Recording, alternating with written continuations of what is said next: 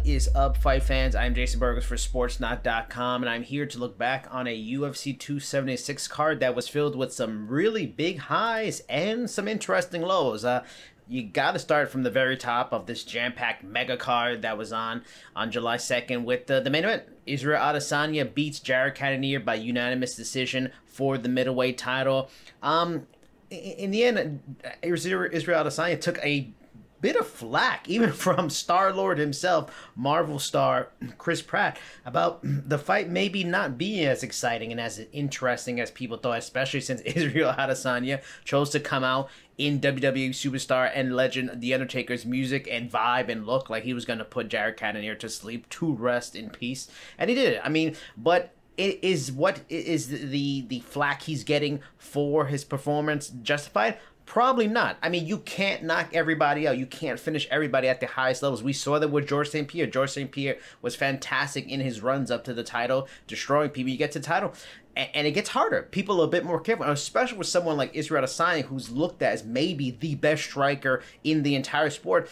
Opponents are going to be very careful with him. They're not going to take a lot of risks. They're not going to give him a lot of openings and mistakes for him to take advantage of. And that's what happened. Could he have been more aggressive? Maybe. That's a possibility. But he's not a silly fighter. He's not one of the Diaz brothers who are willing to go in there, take damage to give damage. He's a sniper. He's a tactician. And he fought technically what was the best fight and what was offered to him. And that's what he got.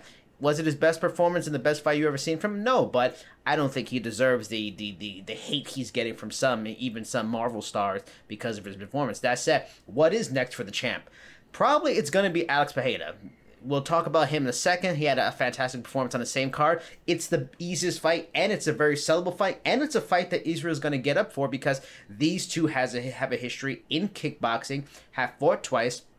The only man on planet Earth that can say, yes, I beat Israel Adesanya twice is Alex Pereira, and one of them was a knockout, a vicious knockout. So that's going to be an easy fight for Israel to get up for, and the one that makes the most sense because the top of the middleweight division doesn't have a lot of contenders. Israel's beaten everybody, and a lot of those guys he's beaten twice. So it should be Alex Pereira next, even though he's ranked at 6. After that, what's next for Jared Cannonier?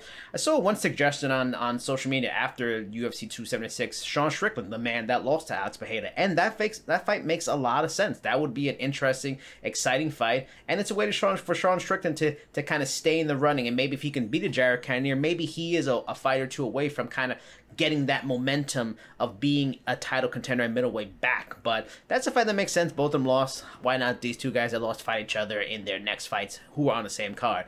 Moving on from that, in the co-main event, Alexander Volkanovski once again defended his featherweight title against Max Holloway, beating him for the 3rd straight time. And then this time, there was no doubt. There was no split decision. There was no controversy. Alexander Volkanovski was clearly better. He is better at this point far more than Max Holloway. While Max Holloway is still a very good fighter, he dominated him. He looked faster. His footwork is impeccable. He just was a much better fighter in this fight the 3rd time around. And because of that, is he the best pound-for-pound fighter in the world? You can make a case. Whoever wants to make a case that he's better than Kamaru Usman and deserves to be pound-for-pound, I probably won't fight you on that. That's probably it's fair. He's that good. The only knock on him that Kamaru has over him is that Kamaru, a guy that didn't get a lot of finishes early career, has gotten more finishes in big fights, title fights recently, while Volkanovski has Korean Zombie, and that's about it. That doesn't mean he's not great, but if there is a decider, it's going to be finishes, and Kamaru has that over him. Moving on from that, what's next for Max Holloway? The guy is still really good. He's barely in his 30s despite all the fights, so he's still got at least another 2 or 3 years of solid high-level competition still left in. I preferably would like to see him move to lightweight. He has nothing else to prove at featherweight. What else is there to do? He's beaten nearly everybody. He's not going to beat the champ.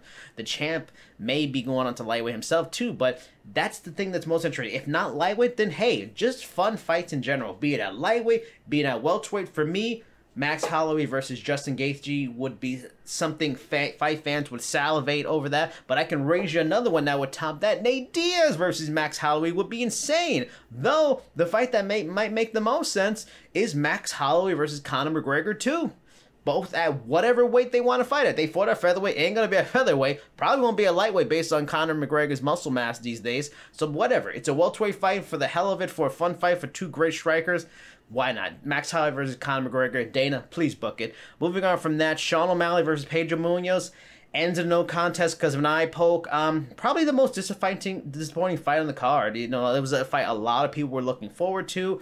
Sean O'Malley, super exciting. His articles do well on Sportsnauts because he is so popular. And it's an unfortunate result because even though Sean O'Malley acted like Pedro Munoz was trying to find a way out, if anybody saw the social media pictures after the fight, Pedro Munoz's eye was shut closed the next day, and he was not able to continue with what he said was a cut cornea on his eye. So that said, the fight wasn't very good. It was kind of two men staring at each other, trying to be a counter-striker. That's probably not a fight that deserves an immediate rematch.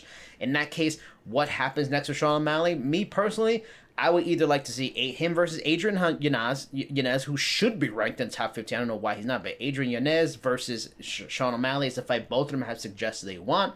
It's a fun fight. It's a striker fight. Or Umar Nurmagomedov, the man who took Yanez's spot in the top 15.